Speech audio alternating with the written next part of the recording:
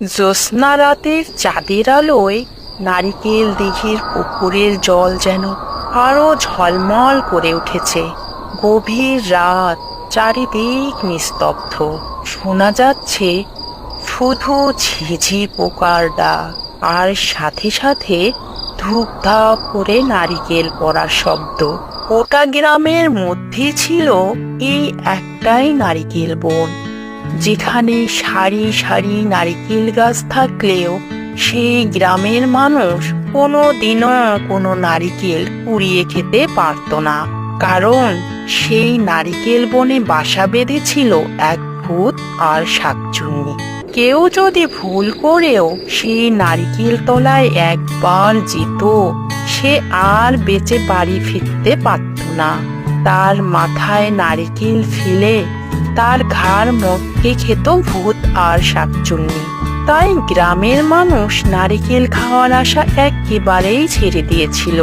সেদিন গভীর রাত, ধূপধাপ করে নারিকেল পড়েই চলেছে।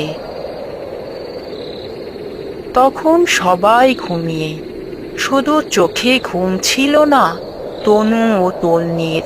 দিদি, ও দিদি, শুনতে পাচ্ছিস নারিকেল বনে কত ধূপধাপ করে নারিকেল পড়ছে?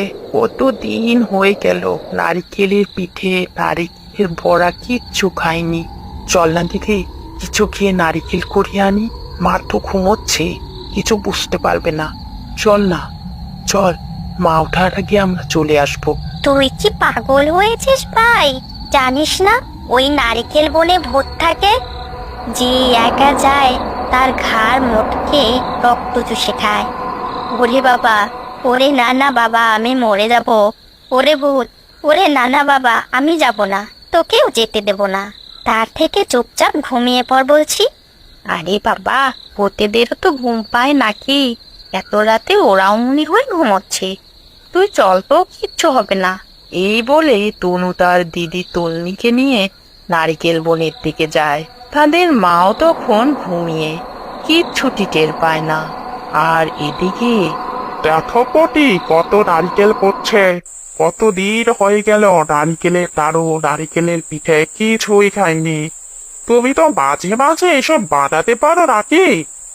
আরে পটু, কতদিন আগে করে ভাত